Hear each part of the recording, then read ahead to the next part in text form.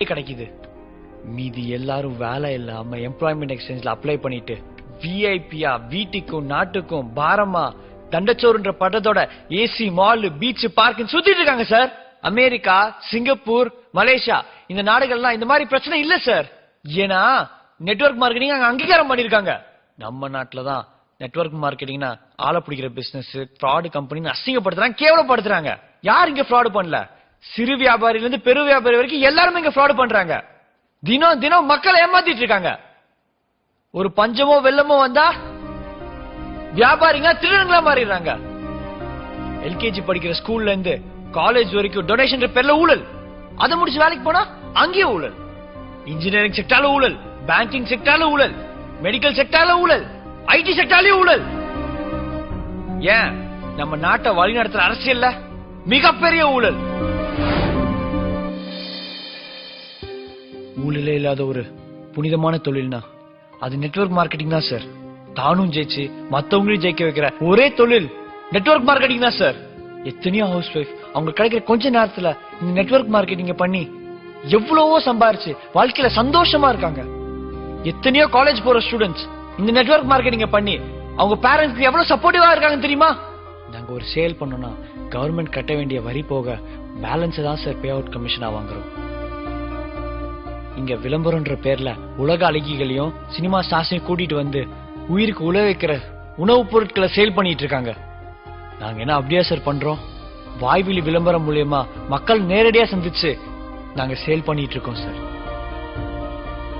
சினிமாக்காரங்க விளம்பரத்தில் நடிச்சு வாங்குற சம்பளத்தை நாங்க உழைச்சு வாங்கிட்டு இருக்கோம் சார். இந்த பிசினஸ் லீகலா, எத்திக்கலா, ஹலாலான முறையில பண்ணிட்டு இருக்கோம் சார்.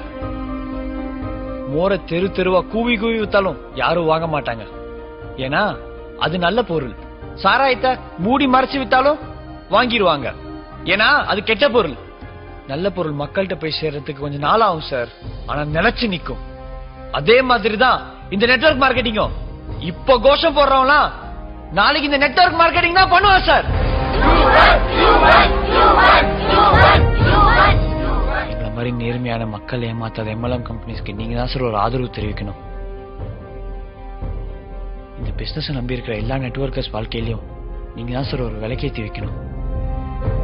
நெட்வொர்க்கர்ஸ்னாலே ஏமாத்துறவங்க கிடையாது, சமூகத்துல அந்தஸ்து உண்டாக்குறவங்க நல்ல பேர் வரணுங்க ஐயா.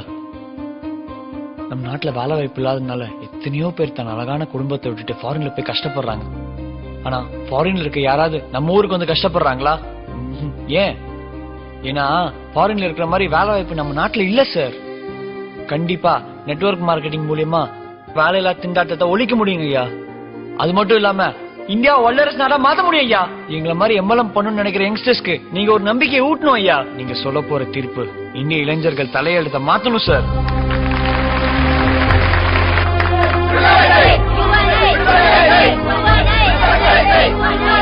இருதரப்பு வாதத்திலும் கூட்டத்தின் கரகோஷத்திலும் தெரிந்துவிட்டது தீர்ப்பு என்னவென்று. மக்கள் தீர்ப்பே மகேஷின் தீர்ப்பு. இந்த கம்பெனி மக்களையும் மக்களின் உழைப்பையும் சுரண்டவில்லை, மாறாக அவர்களின் வாழ்வாதாரத்தை வளமாக்கி இருக்கிறது. இதுபோன்ற கம்பெனிகள் தமிழ்நாட்டில் பெருக வேண்டும் என்ற நோக்கத்துடன் எஸ்எஸ் மார்க்கெட்டிங் கம்பெனியின் தடை உத்தரவை நீக்குகிறேன். யுவன் என்ற இளைஞனையும் அவரோடு இருந்த நண்பர்கள் அனைவரையும் நிரபராதிகள் என்று இந்த நீதிமன்றம் விடுதலை செய்கிறது.